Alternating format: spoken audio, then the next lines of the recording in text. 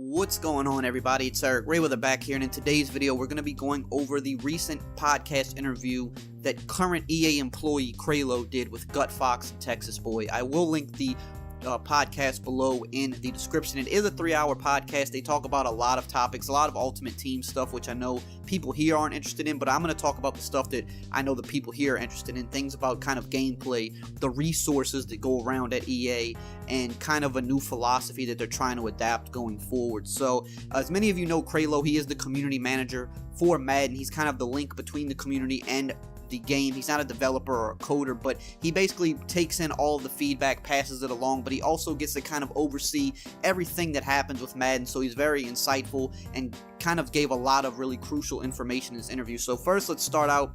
One of the big questions he's asked is, why does it feel like you guys have limited resources? With the funds that you guys bring in, it doesn't feel like the Madden teams get invested in like they should. You're making money hand over fist, and it doesn't seem like your expenses are anywhere near your revenue. And then Kraylo answers that by saying, the reality is when companies build on their budgets or build out their budgets for the next fiscal year, they try to plan ahead of time. They're trying to foresee the future, and they budget the time and the resources based on that. Now, there's a lot of stuff that's going to happen during the course of the year that's going to demand a lot more, and you got to work within those confines. Talking about companies, the reality is this, and this happened when I worked at Curse, which is a small company. This happened when I worked for T-Mobile as well. When companies make money, it doesn't go to a certain department. I know that people think that. They say, oh, this department is making all this money. Oh, FIFA is making a crap ton of money. That money has to go back here. No, it actually goes to the bottom line. And at the end of the day, when it goes to the bottom line, big companies and small companies have to repurpose that money. You have shareholders, you have employees that you have to pay, all of this other stuff. The reality is, this money hits the bottom line and then it's allocated accordingly. Now, I'm not an accountant or a CEO, that's not my job, but at the end of the day, it doesn't go to a specific team. Now, teams do perform, and based on their performance, they then go back and ask for additional resources. I'll be honest, I've worked at EA for 2 years now, and I've seen this as a game changer prior. You can go ahead and get more resources and more heads to do more things. The reality is, this business of live content and the demands of players is crazy. People want more and more, and that demand of giving more and trying to respond quickly takes a lot. And what we've seen is, when you try to do that too much, you make some mistakes and create problems for yourself. When you break something, and then you have to go back and fix it, and when that stuff happens, you have to use those resources on the stuff that you broke so that you can fix it, and now you can't utilize those resources correctly.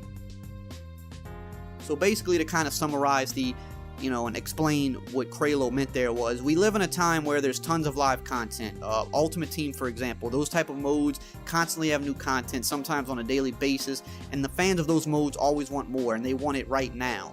And when they try to do more and do it too fast, you see mistakes happen, which then causes more of an uproar from the community, and now they have to kind of double back and fix those mistakes. But not even just the live service game modes. This also applies to things like title updates or patches. Something isn't in the community's liking with the gameplay, they'll cause an uproar on social media or on the forums, and then EA has to make an attempt to go fix that. And sometimes they try to fix too much and too fast. This is something that I speak about all the time on this channel. Too many title updates, trying to patch too many things and too quickly. And when you do that, you break other things in the game. And then once again, you have to double back now, and you have to sort of patch the patch.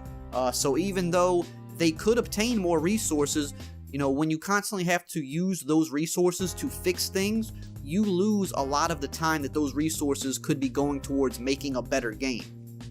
And with the times that we live in, the demands are very real. People want content, a lot of it, and they want it right now.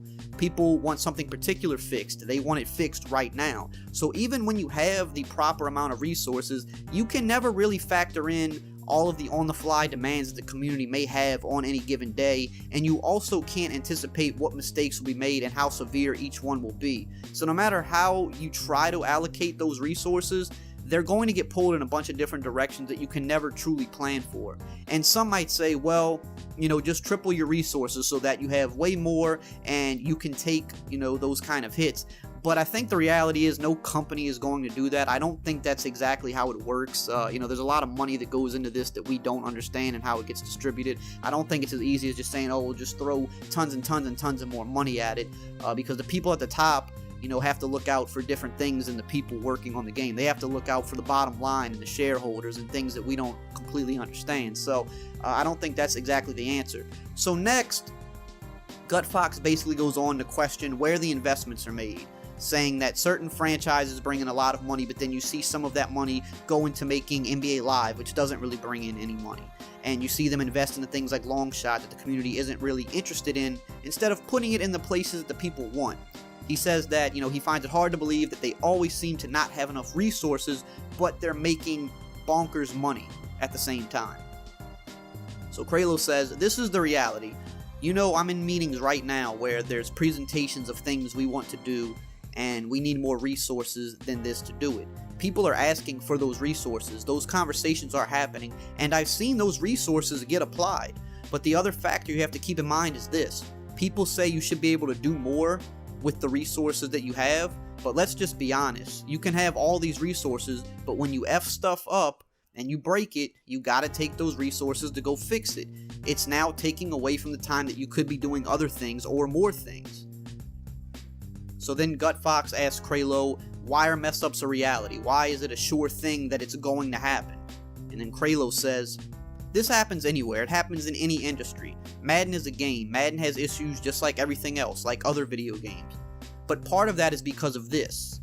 When I talked to Carlos a long time ago, he said that we keep building crap on top of crap, when we need to take a step back and realize that maybe we need to take some time off and not fix this or not build this and just redesign some things.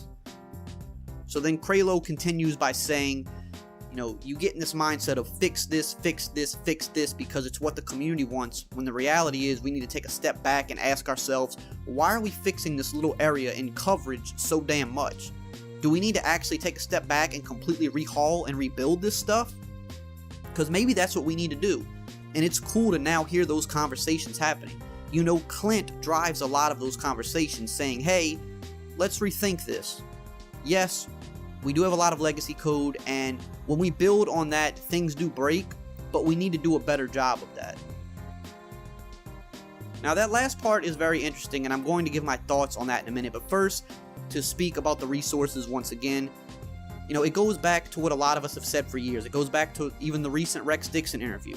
It's not the devs' fault that these cool things don't get implemented. Like Kralo said, these teams ask for those resources. They're pitching tons of cool ideas and telling upper management that they need the resources to make it happen.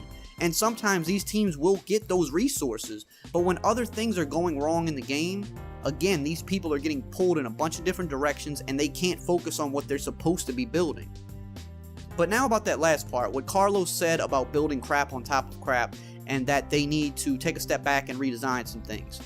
Now, Carlos was the lead guy for Madden. He lasted, about 2 months maybe. Nobody truly knows why he was let go, but many assume it was some type of misconduct because it was very out of nowhere and they were extremely excited to have him prior to whatever happened. He came over from another big game studio that had a lot of successful recent games, and, he was just brought on to replace Rex, and they were really excited to have him, but then out of nowhere he was just let go. So something obviously happened, but it's interesting that he had the same outlook as Rex about wanting to take some time off from building things and redesign the game, because he's absolutely right.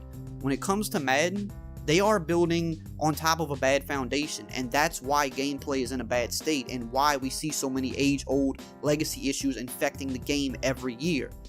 And I have to think that they were listening to Carlos more than Rex, maybe just because of where Carlos came from. Maybe they felt his outlook on things held more weight, because if they had just brought him on, I don't think they would have just been willing to say, okay, well, you kind of are the same guy that Rex is, and we don't agree with this, so we're going to let you go. I think that maybe once he said it, they kind of stopped and said, maybe this is right, maybe this is where we should focus the game. So with that said, I'm just hoping that they run with that idea going forward, even though he isn't there. Like Kralo said, those conversations are still happening right now, and Clint is driving a lot of those ideas forward, so hopefully they stay true to that new philosophy. They absolutely do need to redesign some things and stop the crap on top of crap mentality that has been haunting Madden for years now. So the last thing that we're going to cover here, Kraylo goes on to say, I hear a lot of people saying, well, EA made all of this kind of money and did all of this kind of stuff. You know, I hate to say this, but we didn't lay off 350 people because we made a lot of money. There's other things that run a business. You know, Apex is doing really well. Because why? Because I think Apex is a really good game. And really good games sell themselves. And it's fair to say that there's been a lot of games from EA that the community and consumers have questioned the quality of. And I think EA is starting to realize that, hey, we need to think about the quality of our games. That's something that myself and a lot of others are pushing, is, hey, let's make sure things come out polished. So that's the last part of the interview I'm going to cover. It's good to hear that, at least from what Kraylo is saying, that they are focusing more on the quality of their games. I think Apex Legends, combined with the fiasco that is Anthem, kind of was a wake-up call for EA. The quality of their games have not been great for a while now, but with a game like Apex Legends, they're seeing for the first time in a long time what can happen when you put out a good product. So hopefully we see this going forward with Madden and their other titles, especially their sports titles, which is, you know, what they've been known for and have just kind of been slacking for a while now. So that's all we're going to cover from the interview. Those are kind of the things that most people here are interested in. Like I said, if you want to hear the entire interview, the link is in the description. Definitely a lot of, good insight from Kraylo on that. But what did you think? Let me know in your comments below. How do you feel about this? How do you feel about Madden going forward? Check out some of these other videos right here. And as always, I will see you guys next time.